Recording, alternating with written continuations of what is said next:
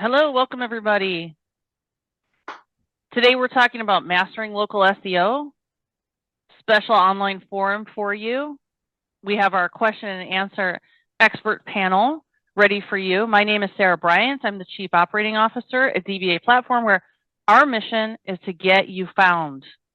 You already know that DBA is a premier software and managed service provider, focusing on optimizing local presence at scale, and winning visibility is the goal. We've broadened our topics recently this year from just Google search into Bing, Apple, other platforms. We've started talking about industry verticals quite a bit, and if you were at our webinar last month, we talked all about the auto edition and some of the new products that are coming out to help with, these are pretty big breakthroughs in getting better ROAS on your advertising programs. Excuse me. And today we are going to be talking about back to basics in local SEO. This stuff is changing so fast, and Yen and I have been having a conversation about making sure that we're covering the basics, covering all of the things that can go wrong. We're seeing like more complicated issues in terms of just basic listings. And so we have to cover these things over and over. But the nice thing about the program that we do in our general local SEO is that we get to ask Yen questions about your specific situations and then see how all of this stuff applies and actually help to get more visibility for your locations. So one of the favorite parts of our webinar series is our question and answer. So we're going to be collecting questions from you guys today and give Yen a chance to give us a brief overview on kind of, general overview, local SEO, what has changed, what you need to know, and then some specific details on, industry-specific changes. And then we're going to go into the Q&A. So hopefully you guys have some questions ready for us today. And let's review the Zoom controls so you know where to put them.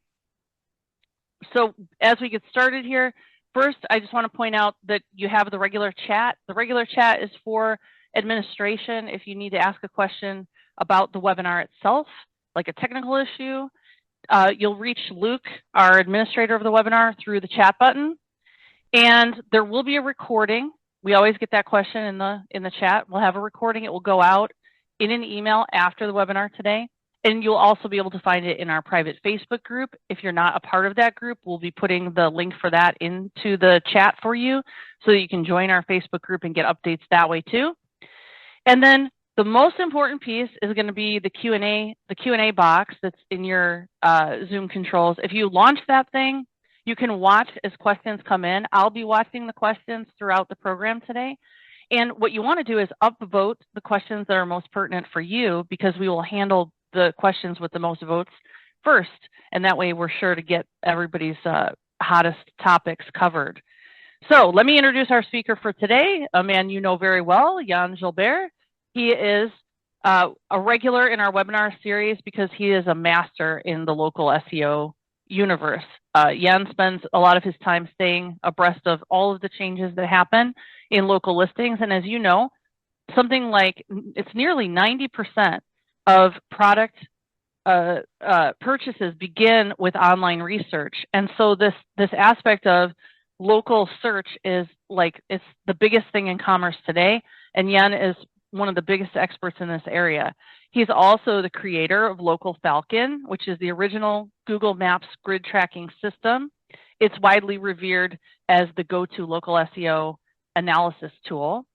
And Yen is also part of a very exclusive club, which is the Google Platinum Product Experts team, where he works directly with Google. He gets usually kind of insider information first, and then he shares what he can with us in this forum. And my name again is Sarah Bryant. I'm your concierge, your fellow knowledge seeker in the world, the quest to understand how to leverage all this and get better results in commerce. So, Jan, what do you have for us today? Well, thanks, Sarah. Like how you said, master of the SEO universe. I had a vision of like He-Man and Skeletor, but that's right. Masters of the universe. It's a little bit different. In my mind. Okay, I like to start out with the new categories in Google. I wasn't on a webinar last month because we had a different webinar. So there's a lot to add here in the last month and a half, basically. Some of them might be relevant, like auto care, product store, head and neck surgeon, tire service, maybe if you're a mechanic. There's a bunch of new ones here. And also from previous month in the blue area, they are smart lock manufacturer. There's a lot of more industrial, it seems more industrial additions for the categories, but you get a leg up if these fit your category. Like if this fits your business more than one of the previous categories, you put this as your primary category, you'll get a boost ahead of your competitors since they're not choosing those. So go ahead and take a look, see if those make sense to you, and add them as your secondary or primary categories.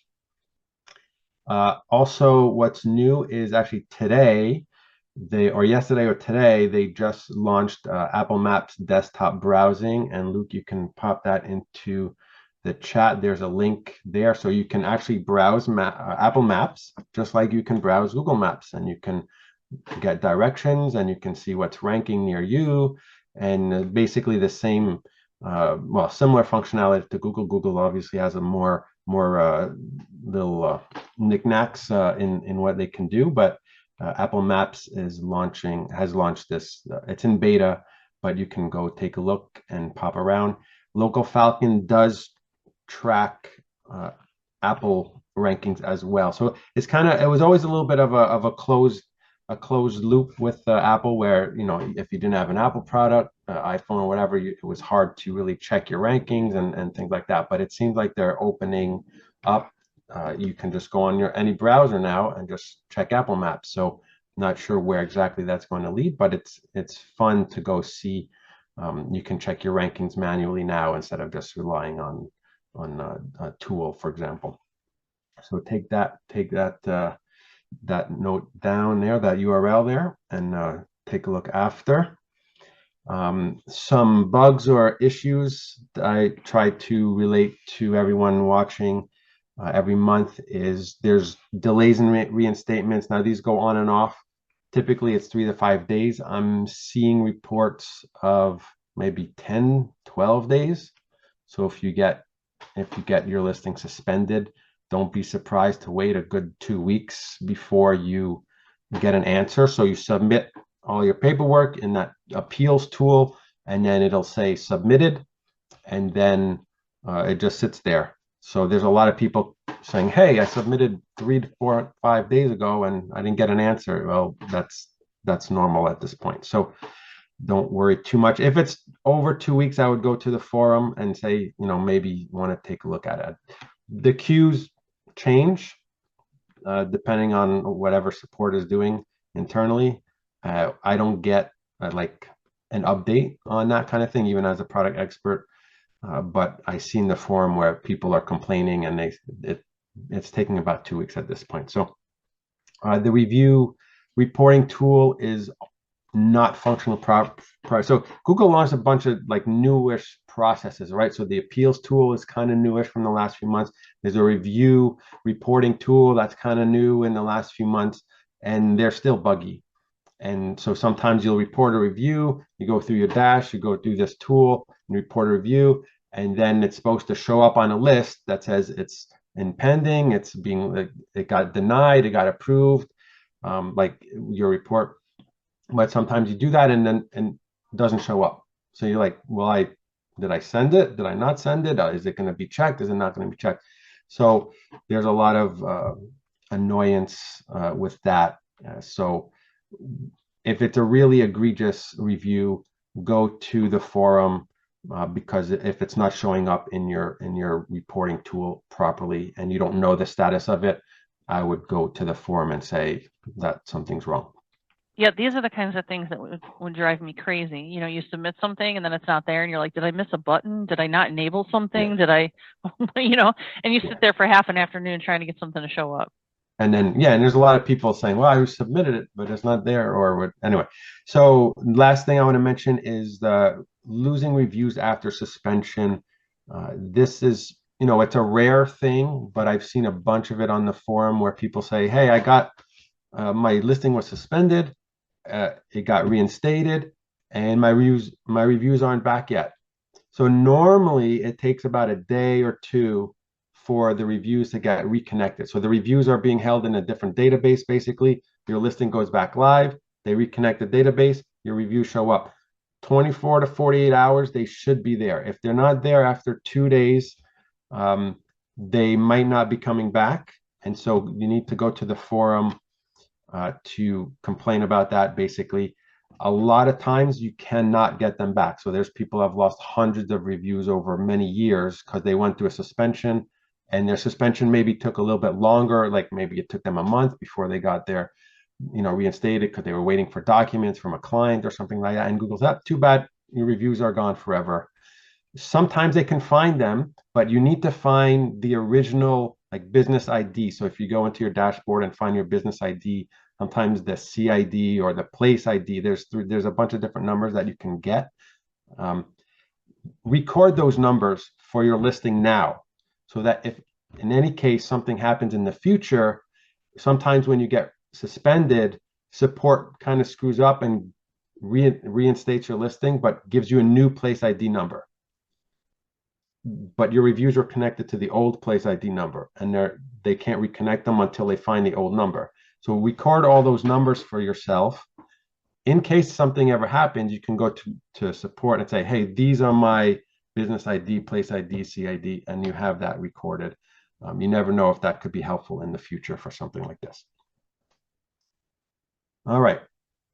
So I wanted to go over the basic, optimization steps here. Hey, Ian, if we have time Yeah. at the end, maybe you can show us where to find those numbers, and on the listing, and everybody can take a moment and like get it down. It's to me that's similar to like knowing what your credit card numbers are before you lose your wallet. Oh yeah, sure. I would have to bring up a listing. I'll try to show it at the end. I'll share my screen after. Okay. Any questions? Nothing yet. Nope. Let's see. Nope. Okay. If you have questions, remember to put them in the Q&A. Crystal did bring up that chat was disabled for viewers. So while we were able to see and use it, Luke fixed it so chat is enabled, and of course your Q&A is enabled. Okay.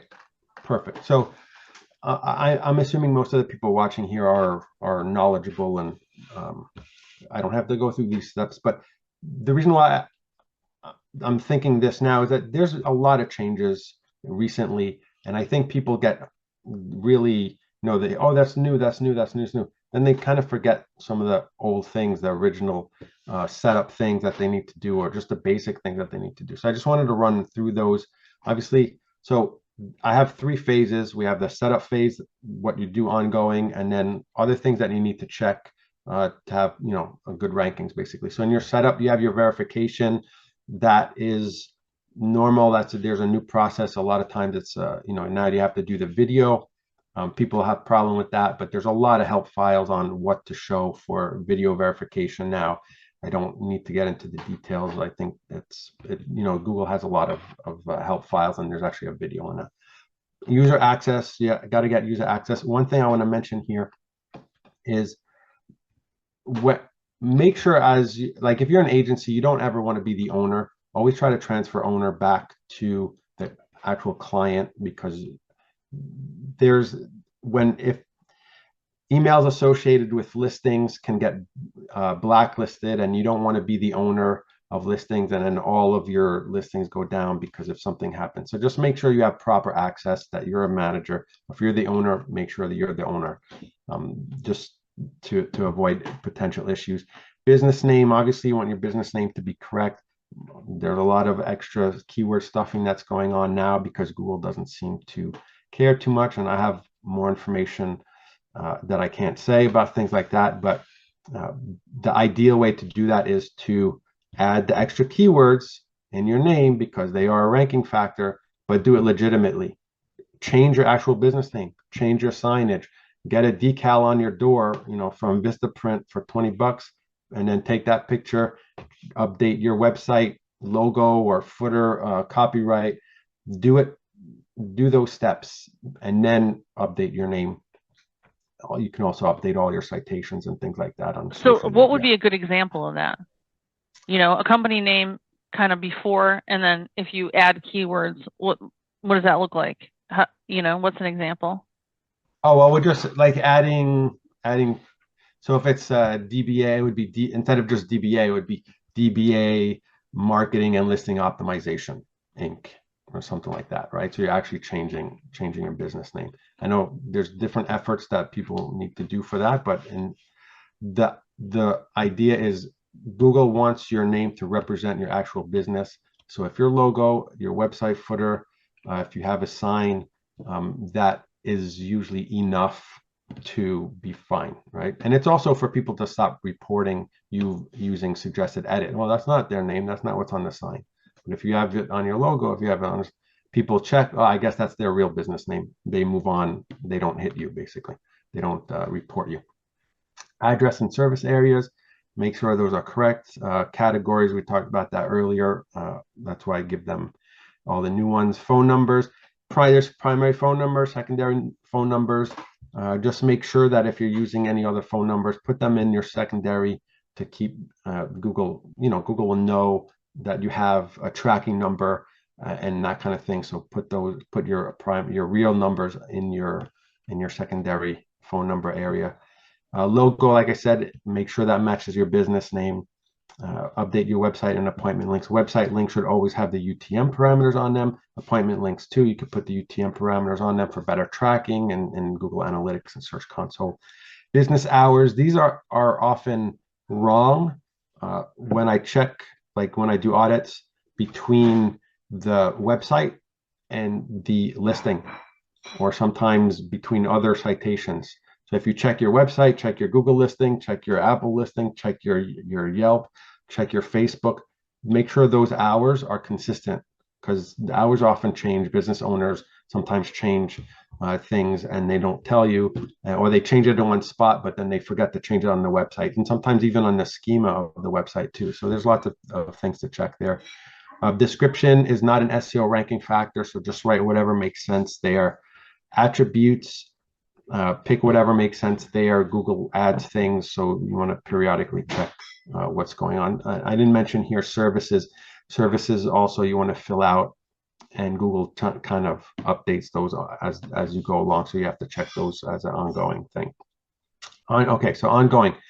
You want to add photos, your posts, your reviews, all this stuff that's ongoing, checking to make sure that there's interaction on your listing. You want to create points of engagement. So the most points of engagement, the more people click on your listing, the more activity you have, the more important Google thinks your listing is, right? So you'll get a little bit of a boost because of that. So it's not because you've added the photos that your ranking will go higher, but you've added a lot of photos that people are clicking on. Now Google says, oh, this listing is being looked at more than the competitor, so we're going to put it higher because a user stayed there longer. So we want to add good photos. Photos of your team, of people are always better because people like to look at faces. If you have a restaurant, obviously your food. Sometimes service area businesses have a tough time knowing what to put pictures of. It's boring work sometimes. So pictures of people, pictures of your, even like logos of like awards that you've won, things like that. So you have to try to be a little bit creative in what kind of photos you want. There's no time, a few a month at least, if possible, at a minimum, right? Posts, I don't really do posts more than once a month at this point. I like to use the offer posts. Posts don't have any ranking power to them. Again, it's another point of engagement. If you have a special, if you have something that you want to push, then you could do that. Their posts have been relegated a little bit lower down now, so the importance isn't as high. Reviews, always get reviews, as many as you can. Don't know how to push that more. A lot of, it's hard for us to get reviews, but you really have to do, help your client to come up with a process so that they can get more reviews. Incentivize your employees to get reviews. So you can't give money, for example, you can't give a discount to someone who's left the review. But if you have frontline employee you can say, hey, every time someone mentions your name in a review, I'm going to give you $10, or you're going to get something out of it. So now your employee is more incentivized to say, hey, can you leave a review? Can you put my name in there? Say like how, how good I was or something like that. And then they're going to ask a lot more frequently to the client to leave a review. So you're not incentivizing the reviewer, you're into the step ahead, so that, and that's fine, that's not against the rules. FAQ section, fill that out. Usually I put 5 to 10 of people who are, this is the sales process. So you want to, and also you want to avoid sometimes phone calls that are useless. So like, oh, what insurances do you take, right? If you're a dentist and you don't take a certain, you don't want to keep getting those calls. So put that up front in your knowledge panel. It'll dissuade people that you don't want. You also try to encourage people that do have questions that you want. Where do you go? What's your service area? Do you work emergency? Basic stuff that sales people would call, answer on a phone call. Live inventory, I'll talk about that in a moment. It doesn't apply to everyone, but 100%, that's what DBA does, is connecting your inventory, very important. And then ongoing also is your ranking scans. I mean, I do Local Falcon once every 2 weeks, once a month, depending on the client, but we need to run those and check those. Other things, website, we'll talk about that later, it's a huge thing. Backlinks, these are just normal backlinks of citations and that we've always done, that DB does. You want to try to make sure those are indexed to be more helpful, because if you create citations they're not indexed and they don't really do anything. Your NAT consistency, notice that's not as important, but if you're putting all your keywords in your business name, well, now you want to have those keywords in your business name everywhere. It's going to help. SERP review, that's different than just rankings when I do that, because the SERP is a search engine result page, basically. So you do a search on Google and you see what's there.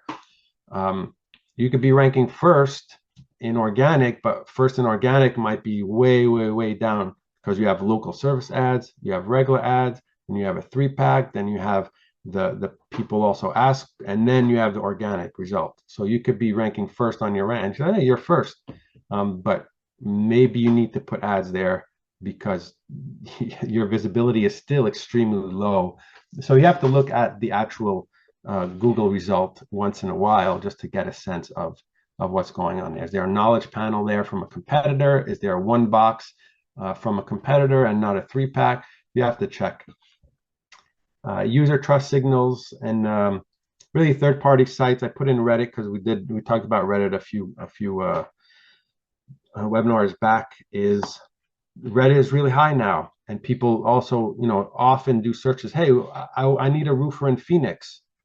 Can you give me any, who's good, who's bad? And then you'll get a whole bunch of people in that Phoenix subreddit telling you who to use, who not to use, what their experiences were. So you want to check those searches and see, can you do anything about that if there's anything bad or good or whatever. And then of course the AI overviews, that keeps on changing. We don't know what's going on, but the more places that you're mentioned, and the more higher chance that that the AI is starting to read all these websites and accumulate information. We don't know where it's getting all the information from. So the more places your business is mentioned, like on Reddit, on citations and backlink and like third-party sites, the more higher chance that your information will get pulled into an AI answer. So lots of new things going on there. That's it's hard to do a webinar just on that because it changes so quickly, and it gets out of date by the next day, basically.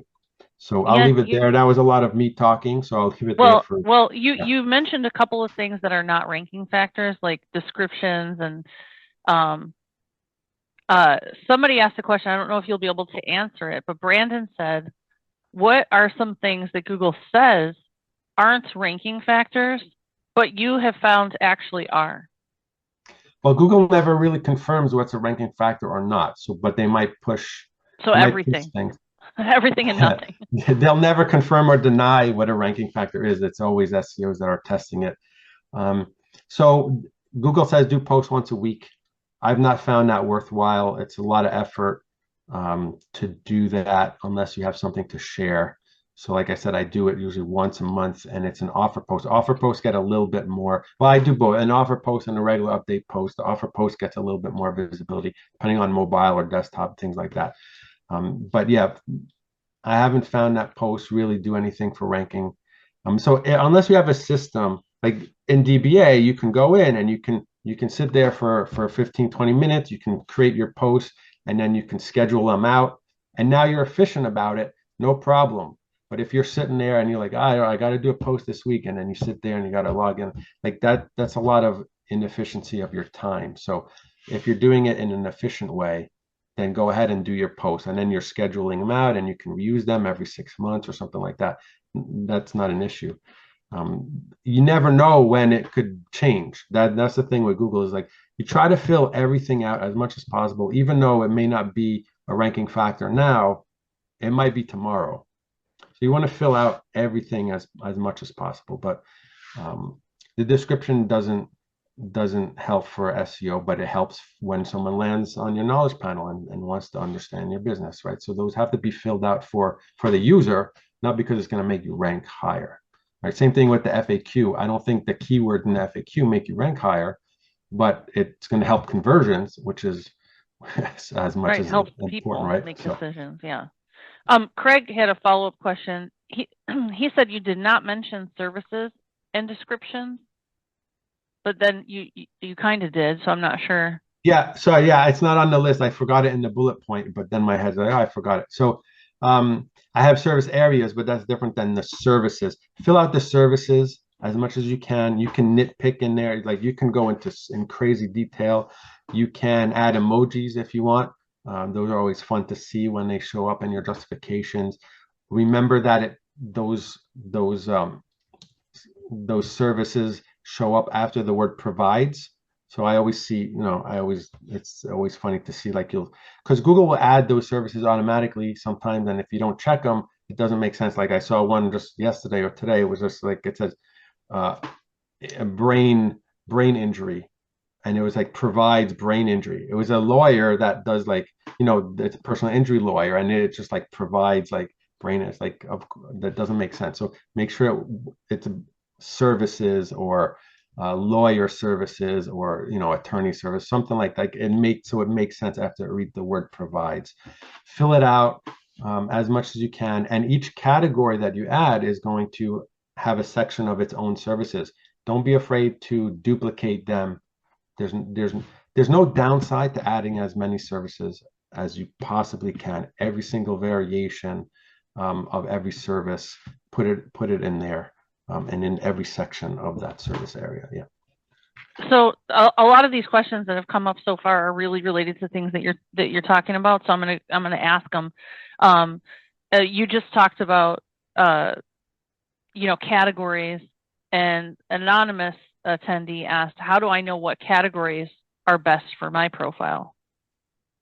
So if you should have an idea, obviously, but what you can also do is you can go on Google Maps and you can see what your competitors are using. So some business categories there's no choice. Like that's all you do. You're a roofer. That's it. There's one. But if you're a dentist, there's 10 different dentists: dental practice, dental clinic, dentist, orthodont. Like there's so many different variations of it that you can choose as your primary and secondary category. So take a look at your competitors and see what they're using.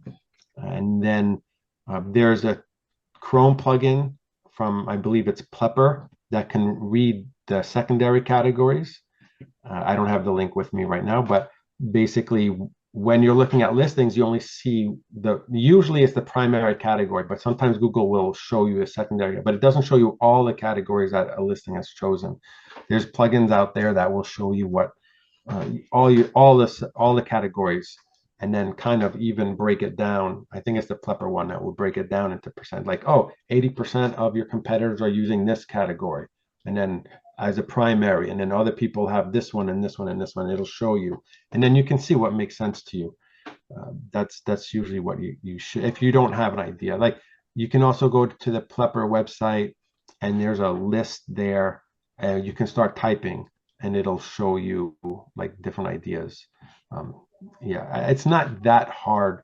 It's just when there's new stuff, you want to know what the new stuff is, right? Yeah, and they differ from one platform to another. So you kind of have to map them for Apple, Yeah. separately, and it's a bit of work. I mean, it's something that we've been doing at DBA. It's part of our automations, that we're working on. And so I'm familiar with that mapping. And the funny thing is, you could be standing right next to the best category and not know it, because you just have to search them up, and so you kind of do have to have a clue where to start, in order to get the best ones as your primary category. And so those tools are very helpful. Judith, And don't be afraid. Sorry, I just want to, and yeah, don't be afraid to change them sometimes if you're not sure. Something I had one client that was a window, like a window installation, and then there was a secondary category like glazier or something like that. And you add it in, and it makes certain keywords go up, but it also can make certain keywords go down. So don't be afraid if you're not sure, should I pick this one or that one, because they both make sense. Don't be afraid to change it uh, once in a while, but you have to track at that point. You got to see because some keywords work better with one thing than another one, right? So I if don't you're know how you keep HVAC track versus of all this. furnace, I don't know how you keep track of all this stuff, because certain things, like, you're like, don't touch it, don't change that. Like, once you can't change yeah. that. But so it's like, it's important to know like what you should be afraid to change and what you shouldn't. If you're in, yeah, I want to step back there. If you, I don't want to tell people to change and then they get their listing suspended. Some categories are more spammy. So locksmith, for example, like you're not going to change your category because you're going to get suspended. Uh, but other categories like florist, are you a florist or something else, right? So you can you can change your primary category, and it shouldn't be a big deal. So if you're not sure, go to the Facebook group. You could ask, and I'll give you some. Again, you never know. The algorithm kind of decides things. The system will decide things, but usually it's okay to change things unless you're in a spammy category, and if you're in a spammy category usually. Yeah. Um, Nick asked, if you could drop the name of the app Plepper into, so everybody can spell it and find it. Drop it in the chat, maybe. Oh yeah. I don't have the link, but I'll just put it in here. I mean, they have some basic tools there. You can go to the category list, and then I don't know if you do a search, like they used to tell you the related categories for free, but now they want you to sign up. But you can, like if you're a window install, there's like 10 different window things. So you can just type in window and it'll give you every category that had the word window in it. But you could do that in Google too. Like if you go to your category section in your dashboard, start typing different words, a window or glaze or panel, like you can start typing ideas and it'll show you every single category that has that. So you don't have to go to Plepper. It's just Yeah, but understanding what your competitors are doing, that's very helpful, because yeah. then you Check know out which. the Chrome. The Chrome extension is good for doing that analysis there. Yeah. Judith asked a question. She was just piggybacking on what you were talking about posts and with regard to ranking factor. And so she said, so reposting social media posts on a regular basis doesn't do much. And I just wanted to bring up the idea that, there's two parts to winning in local listings. The first part is you have to show up, and that's the Google part, which we tend to focus on more because that's what our automations do. And, that's what the agencies are trying to do for their locations, is get ranked. And so ranking by Google is half of it. The other half is, like Jan mentioned earlier, when the person sees the listing, they're going to see, at least 3 in the 3-pack. If they keep digging, they're going to see more. And so you have to win the person too. Just because you show up, doesn't mean that people choose you and your product. So the posting can help a lot with that. And that's where you get creative in your marketing, and you're showing people, new product launches, new events, awards that you won, your Better Business Bureau, A++ ranking. And these are factors that help people to choose you over the competitor. So it's still important in that sense. And the other thing is, I think in the sense of just activity, it stands to reason that Google they want to promote locations that are updating their profile, because the longer it sits with no updates, that means that things like hours and product might be getting stale, and Google doesn't want to provide stale information to users. So when they see updates happening on a regular basis, it stands to reason that all of that activity in aggregate is meaningful to ranking. So it's like, I know we talk a lot about the kind of ranking factor, but there's like also the human decision factor and sort of the aggregate just activity factor. I don't know, Jan, if you have more to say about that, but No, whatever you said was 100%. You said a few things there, but no, it's all right. It's 100%. okay. We have more questions, but I think, do you have a little more content you want to show us? And I'll. Oh yeah, I got more. Yeah, let's go fast. So I talked about inventory. So super important. I mean, this is where one of the things that we excel at DBA is connecting your product inventory across different platforms. Uh, like you need your feed to come in. People are shopping. Google pulls this into different feeds, like you connect it to Merchant Center. This is also a ranking factor. So when someone types in certain product and Google knows that you sell that product, your listing will come up higher. Like you can find it in the Google, like in the merchant area, but you're like it says, I'm looking for bicycle chains near me or something, like your listing will pop up because Google knows that you sell that product, right? And people look for really specific items, and that's what's really good about your inventory, is that it's not just a general category. Oh, you sell, bicycle parts. It's like, no, I want this XYZ dash blah blah blah part from my special bike. You have it in stock. Your listing will show up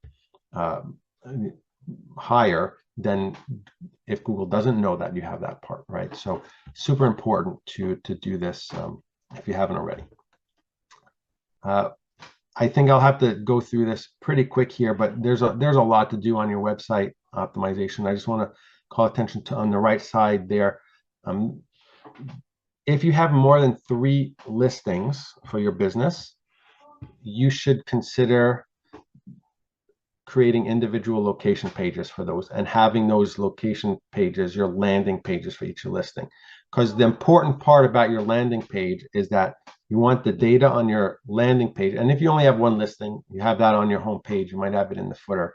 But if you have more than 3 listings, it's hard to put all those, the address, the phone numbers, the hours all in the footer. It gets too much, right? So the landing page needs to have the business name, and everything matches on your listing. Business name, hours, address, and phone number. If you're using a tracking phone number, no problem. And it switches with CallRail or something like that, again, have your original phone number as a secondary phone number in your listing. So you don't have to have it doesn't have to be matchy, as long as it's inside your listing as your secondary. But your landing page needs to have that information. The landing page should also mention all your main services. So let's say you have your primary category and then you have a bunch of secondary categories. You want to mention all those secondary categories exactly on your homepage. You want to also have pages for each of those services, right? So you're a plumber, you want to have a toilet repair, you want to have frozen pipe repair, you want to have all the different variations of what you do as individual pages. So that's an overview of the most important part, where we're just building out a lot of content. I know it might get repetitive because if you're a plumber, your page isn't that much different than another plumber, but you want to have those, and you want to have them organized, from your main menu drop down. You'll want to have your locations on your drop down if you have more than 1 location. So you want to have it all the main parts, so that when Google wants to, basically it's confirming, oh, this is what they wrote on the listing. They go to that landing page.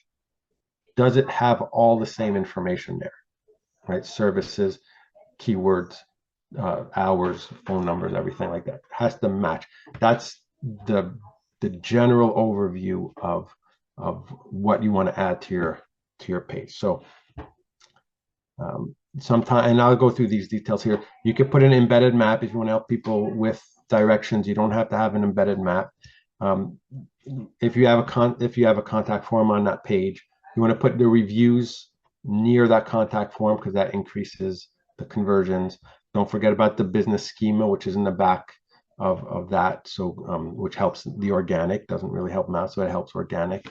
And then the website structure, as I mentioned, you want to have a page for each thing, but you want to organize it properly. You don't want to have, if you can, avoid all the directory substructure. You have your slash, and you have location slash state slash, then your location, or blog slash. Like, you want to avoid those substructures and put things close to the home. But if you have a lot of locations, of course, you're going to have to organize it so that it kind of makes sense. So it depends on the size of the site. But we want to make sure that when Google lands on that landing page, it can find things quickly to relate back. And then you want to create internal links to the landing page, and then from the landing page to those important services, not just through the menu, but through the content as well. So lots of information. It's just, it's basic SEO optimization that you want to do. That helps for organic and helps for maps. All right. So I close my things. Are there questions here? Oh boy, do we have questions. So Anonymous asked, what's a good strategy for getting more reviews? I've heard that there are ways to filter reviews so that only good reviews get published. How does that work? Will I get in trouble for that? Yeah, so you can lose all your reviews if you do that. So yeah, that's bad. Yeah, it's called review gating, and you shouldn't do that if you're using there's third-party tools that you can help you to get more reviews. And basically what you do is those third-party reviews, they connect to your CRM, or you give them a list of your clients, and then they send out emails, and they have a process and system, and they'll just send it out and says, hey, you want to review us? But sometimes they ask, like, what did you think? What would you rate them? And then if you say, oh, I would give them a 1 star, then they don't send you to the Google listing. They say, oh, tell us more about it. We'll send the information to the owner. But then if you write, oh yeah, it was great, I would give them a 5 star, they say, oh good, here's the Google listing, rate them there too. So that's review gating. You can't really filter people out. You can lose all your reviews if Google finds out that you've done that, and that would be a bad thing. So don't review gate. How do you get more reviews? You can incentivize your employees, get a process, whether it's in-house or a third party, that basically sends reminders to your clients. If you're just a small business, what you need to do is send a follow-up. Hey, you came yesterday, or I finished the job a couple days ago. Is everything fine? You're a plumber. Make sure, I'm just checking in, make sure nothing's leaking, everything's fine. Checking in with you. So now if there is a problem, they might say, oh, you know what, this might be, and then at the end of that email, you say, I appreciate it if you give me a review. You got to ask. I guess how do you get more reviews? You got to figure out ways to ask. And it needs to be programmatic, right? Because this is the kind of thing where it's easy to stop and start, where you think about it and you pay attention to it, you create a review conversation, and then it ends, and then you don't get any for a while, and then you do it again. So it needs to become a part of the process. Like, it depends what industry you're in. If you can have signage, you've seen other businesses that do a good job of this, and you really need to be industry specific about it. But the ones that I've seen work very well are very programmatic, and they make it easy for people. So they give them, instructions. They sit with people while they do it, depending, again, if people are on site with you, or if you're a service business and you can be there with them. And I think also the one thing that we can do is watch for people to be in what they call peak referral state, which is when they're happy, right? And if you can train your employees to notice when people are happy, you know, when you solve a problem for somebody, when you come to the end of, you know, a remodel or whatever you're doing, is like when people are happy, that's when you say, hey, this would be really meaningful to me. Would you give us a review? And they feel, you know, that they want to do that and that they'll go through the steps, because we all know it's not that easy. There's a little login and there's, you know, we can't do it for them. So, you know, make it easy for them. That's the most important part, and make it programmatic. Okay, Hannah asked, what did you mean by spammy categories? Because my client got suspended once because we changed categories. So I want to make sure what kind of categories that are going to fall into that suspension risk. Well, I mean, Google doesn't really give us a list, but things where there's usually a lot of fake listings. So locksmiths were bad, but garage door repair were bad. It's mostly service area businesses. HVAC companies are usually bad. Things like that where businesses that are trying to widen their or lead area. generation companies that are reselling the lead to another company. So it's usually never where there's an actual storefront. It's usually service area businesses that are on the be careful list. Yeah. And maybe if Hannah, if you want to drop that into the chat, what industry that was, we could maybe speak to it. Anonymous asked, does the NAP consistency still matter? How much?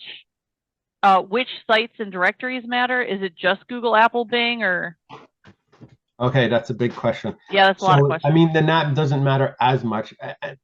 It used to be that Google couldn't match you if you're like, if you had street versus st dot, right? That kind of stuff is fixed. But, and they say, oh, well, NAP doesn't matter because Google is smart enough to figure out what an address is, but it still matters because the more citations you have, the better, right? And now I don't really understand where you can just go to DBA, for example, and just be like, yeah, create, you know, these 30 citations for me. Like it feeds. These are done by feeds. You're not going to manually log into all these places and start creating profiles. That's crazy, right? You go to different websites that do this, like DBA, and they'll push out a feed. You enter the information and they'll be like, okay, we just updated all these places in a feed. So they're always going to be the same. So it's less of an issue because of just the functionality of programs now. Yeah, I wouldn't worry about it. Don't worry about it. Yeah. All right. Anonymous asked, where is the best place to index backlinks? Index a backlink. So I mean, there's indexing tools. Some don't do anything at all. Some of them just ping through search. So the first thing I always do is, if it's a site you control, is you go to Search Console, you ping and say, hey, I have a new page, Google, come visit my page, right? But if it's on a third-party site, you don't control that, then you can use indexing tools. I'm not going to say anyone because I haven't tested them. Some of them, I know how some of them work. Some of them are garbage. They do absolutely nothing. So I don't want to mention which ones right now because I don't have them off the top of my head. But one thing I do is if I have 20 citations, if I create citations and I have 20 pages that I want Google to find, what I do is I create a page on my site, and it's kind of like my citation page. And I put some information, I embed a Google map, I put a description, a couple paragraph description, Google map, and then I put my 20 links in there. And then I put in more blah, blah content at the bottom about my business so that the page has a little bit of content to it. It's just not full of links. But I have my 20 links there. I go to Search Console and I say, hey, Google, I have a new page. Come look at it. Google will come look at that page. And the goal is that Google, oh, wow, I've never seen that page. Oh, I've never seen those links before either. I'm going to go follow them. So now not only did I create a backlink to those links, but I've helped Google, the crawler, to find them faster. That's usually what I do to try to control the initial process. Cool. That was an awesome explanation. All right, I'm going to go through just a couple things. I have some important things to do here. Yeah. So let me give you one. While you're doing that, this is from Marty. He says, you should mention that as of July 31st, the chat feature is no longer an option. It was a complete waste anyway. The messages were about, I can get you reviews, I can do SEO. All chat messages were complete spam. I'm happy they're gone. Perfect. Yeah. So yeah, the chat's going to go away. In Europe, it's being replaced by WhatsApp. WhatsApp isn't as popular in North America. I don't know what Google is going to do there, but yeah, it's just going to be automatically turned off. For some businesses, it's really good, but for most businesses, it was really crappy. And that's how Google makes decisions is, yeah, 95% it didn't work. Too bad for the 5% that it worked. Awesome. You Right, got to right. figure out something else. That's how it goes. Overall, no. Yeah. Yeah. Okay, so name cat. I mean, I talked about most of these things. I think I just want to go through this one last slide here. So there's some other issues that will completely tank your ranking. So you can optimize your listing up the wazoo. You can optimize your website as much as you want, but sometimes you're not ranking whatsoever. There's something wrong. There's a glitch. There's an issue that doesn't matter what you optimize. It's not going to fix.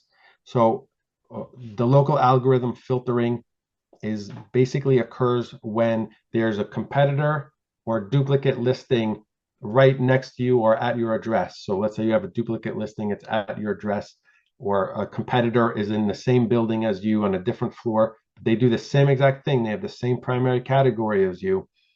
Google will wants to show variety and will sometimes show you and sometimes not show you. And you'll see something like this on Local Falcon where you'll see like, oh, I'm ranking first, then I'm ranking nowhere. And then I'm ranking first, I'm ranking nowhere, depending on those dots. So you'll see 1 to, like, you shouldn't see a scan like that. It should be gradual, like 1 to 2 to 3 to 4 to 10. Like it should be a gradual decline because of the proximity component of it. But if you're seeing jumpiness like this, it tells me that there's an issue with a filtering, which won't ever go away no matter how much you optimize until, like, unless you get really much stronger than the competitor. But if they have 300 reviews and you have 20 and you're getting filtered, they're going to get shown and you're not, right? So that's one thing that doesn't matter what you optimize for. You have to check for this. The next thing is this was out there recently in the last month, basically map pin movement. There's if your pin is located in the wrong spot, so there's bad actors out there that are basically saying, oh, they're not there, they're 100 miles away, they're 50 miles away, they're somewhere else. So your rankings are tied to your pin placement. And so if they suggest an edit and your pin gets moved, you're not going to rank where you're supposed to rank. So Google has fixed this, so you can't like move the pin hundreds of miles anymore, but you can still move them a mile, half a mile. So there's still some issues. So what you want to do is, what you can check is look for your driving directions and see if your driving directions are going to the right spot. Or you can look on the maps to see if your pin is in the right place, right? So there's something that no matter how much you optimize, if your pin is somewhere else and you won't even know because Google won't tell you when they move it, that's something you should be checking. And then last thing here is, you can't rank if your listing is missing. There's so many people that come to the forum and say, my listing disappeared. Where did it go? Because they were the primary owner. They had one listing. Something happened to their email, or they lost access to their email. Google said your email is flagged. Something happened, and the whole listing just got deleted because they only had one owner on the listing. Primary owner, make sure you have another email that's another, like, as an owner. You always need 2 accounts on your listings because there's glitches that happen. People just disappear. And then you go to Google and they say, too bad, start over, right? So always 2 accounts on your listing, primary owner that you control. Speaking of that, Garrett asked a question a long while ago about when you first talked about an agency shouldn't be the primary owner of a client's account. But what about being an owner as opposed to a manager? The only difference between owner and manager is that the owner can update users. So I'm not sure why you would need that as the agency owner. You should be given manager access, and you shouldn't need hire. The reason why you don't want hire is because if something goes wrong, if something happens, something gets like you're more legally, like, there's more legal things in there. There's issues that you don't want higher access than what you need, basically. Yeah, as an agency owner myself, I know that's true for sure. Like, I want all the clients to keep all of the controls, all of their stuff. We just need to go in and do stuff, you know? Yeah. So we have a couple more questions. There is a very, very specific question that Danielle asked about a company being acquired, they're acquiring something, they're selling off something else, and how to change their profile, I'm going to suggest that you copy paste that question into the Facebook group where we can give a thoughtful answer to that. It doesn't apply to probably enough people on this call. It would be an interesting one if we had time for it, but I would like to answer it for you. So Luke will put the link in for our private Facebook group. You know that is a place that you can go to ask specific questions. Yen goes in there. Luke goes in there to post the recording also for this webinar. If you registered and we emailed you a link for this webinar, you will also get a recording there. But we do throw them in the Facebook group, and we answer more questions there. So if your question wasn't answered today, please copy paste it into the Facebook group, and we will get to it and answer questions there too. I did want to mention, I know we don't have a lot of time, but we have a lot of new programs rolling out. We recently changed the names of our SKUs and products to better match what you guys know them to be. So we have kind of an ads bundle, and we have a listings team. So ads and listings, and then the software is a kind of a do-it-yourself where you can go in and manage all your stuff in ads and in listings, or you can use our managed services, which is becoming more popular. And we recently did a big research project where we looked at the success of our ads program when agencies and locations are doing their own ads programs using our software, and when our managed services team that is made up of ex-Googlers is doing ads for you. And the difference was huge. We went through that case study last month on the webinar, and we'll be posting some blogs about that. The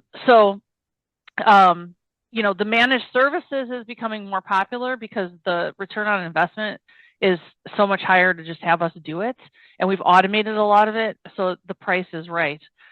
So if you see on your invoicing in the platform, the names of our products have changed. So it's DBA ads, and then DBA managed ads, DBA listings, and DBA managed listings. We have so many new things rolling out, including bundles of products. Like we have an auto edition where we are focusing just on auto and creating a program that works for agencies that work just with auto, giving you exactly the look and feel that you need to do like reporting, competitive analysis, understanding lot times, and all kinds of things just for auto. So stay tuned with some of the things that we're bringing out. And of course, we'll have another webinar next month on a Thursday near the end of the month for August, and we look forward to seeing you there.